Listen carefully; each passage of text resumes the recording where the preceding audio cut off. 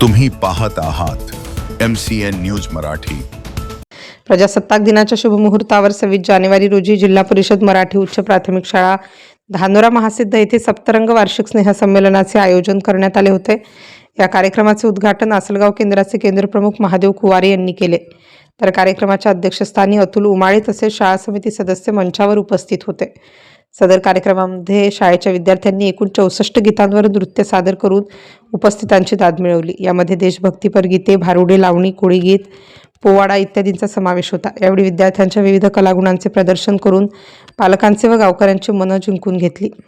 या कार्यक्रमाला समस्त गावकऱ्यांनी 12,970 रुपयांचे बक्षीस विद्यार्थ्यांना दिले। या कार्यक्रमाच्या यशस्वीतेसाठी शाळेचे मुख्याध्यापक गोल्डे यांच्यासह शाळेचे शिक्षक व शिक्षकेतर कर्मचाऱ्यांनी विशेष परिश्रम घेतले।